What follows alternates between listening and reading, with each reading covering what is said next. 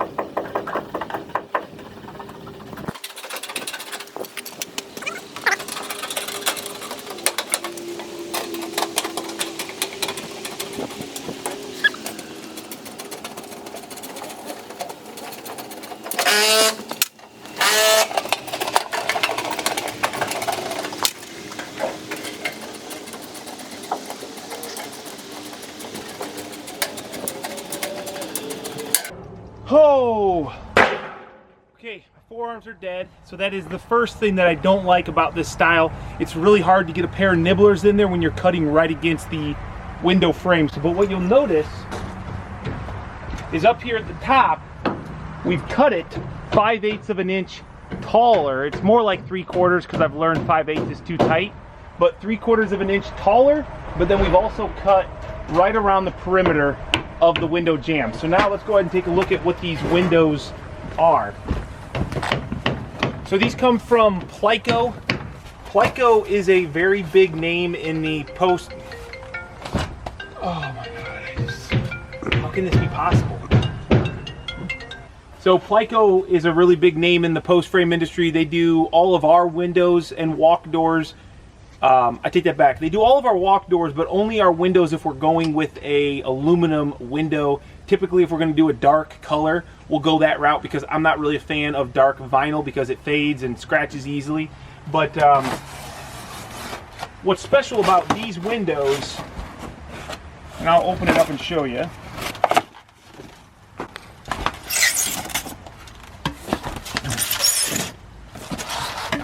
Here, take a look at this. So the typical window, it looks kind of like a replacement window, but instead of a nail fin going all the way around, they have this extra large nail fin here up top, and that's what's going to tuck up underneath our steel. And this J channel is where the water is going to run out over it. And then what they do is they've got this weather seal here. You can see this is what gets pushed up tight up against the wall, and this covers the hole. So it gives it like a boxed look. Instead of a piece of open J channel that you can see in, this is like a full, almost like a U-trim that's attached to this, and it becomes all one piece. So enough show and tell. Let's go ahead and we'll install it and then let you guys see the finished product, and then you know exactly what it looks like. One other thing too is once you've created your opening, you're going to add another 7/8 of an inch past your jamb, and you're going to snip this little channel. Now I always try to go on just a slight angle up, right to my 7/8 mark. And if you noticed, I used greens over here because it pushed the top out naturally by the way the snips work, and then I'll use my reds over here so that it pushes the top out on this side. You see how it does that? It pushes this out and it pushes the side that I want behind back. That way when I put my nail fin I showed you, it'll tuck right up in there. So the first kind of difficult thing is you've got to get it up into those little slots. And I found it's probably usually best to kind of get one side in and then just work your other side. There we go. There. So once it's up as far as it'll go, then the goal is you've got to bring the top out past the framed opening so that you can get the bottom in and then take it down, because there's also a little bit of a lip down here, a flange that gets tucked underneath your steel.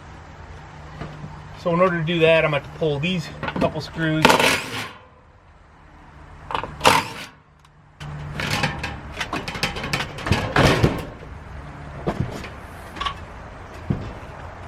Okay. So now you're just going to hold the top there. Now remember, I never said this was quicker or better, but it's different, and that's how this building was designed. But it's not bad.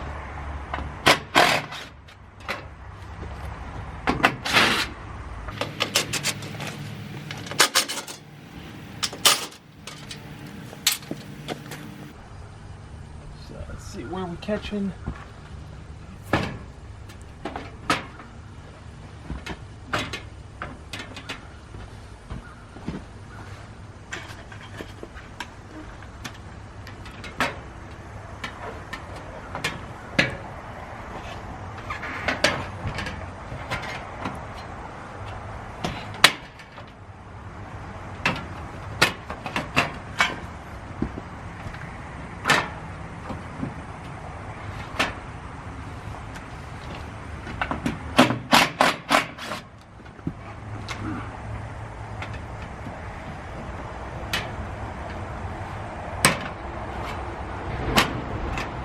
Okay, then we just basically pull these steel pieces out, making sure we're up. One more here. There we go.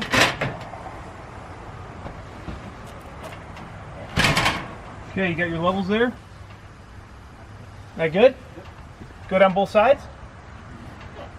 So what we've done is we've put our speed squares on the inside just to give us that little bit of an 1/8 inch gap so we can tuck our finished trims inside.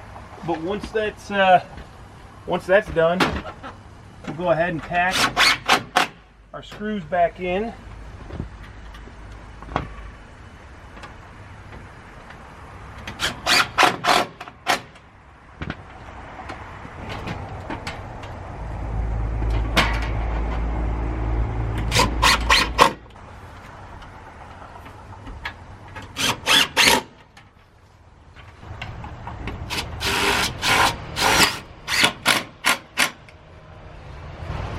So once we got the window in, then our goal is, remember that big flange up here? That's what we're actually going to fasten with.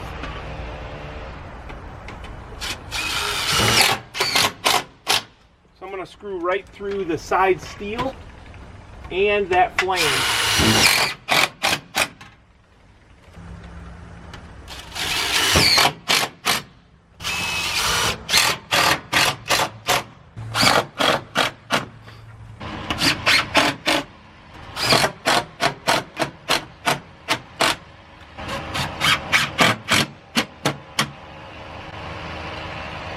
Okay, so I wouldn't say it's faster, it's different. I think this is a great application if you're doing a cold storage building that you don't want like perfectly sealed. What I don't like is that I don't really have the opportunity to properly seal the window, but it does save me the steps of having to install the window, properly seal it, flash it with J channels, then cut all my steel out around it, then install it. This is kind of like you just get to go fast, run the steel on your wall, come back, cut the hole out, which is a little cumbersome because it's hard to use any, you know, cordless tools. But here, come in here, Greg, and show this seal now. You can kind of see the action, what we did. You can kind of see this seal, how it, you know, snugly fits right in there into the steel. And then up here where that notch was, you see that's nice and tight. Water that's going to run down. The goal is for it to run over and come over this trim, which is all sealed up here, and work its way out this way. So it's not, you know, has less of a chance to get into the building.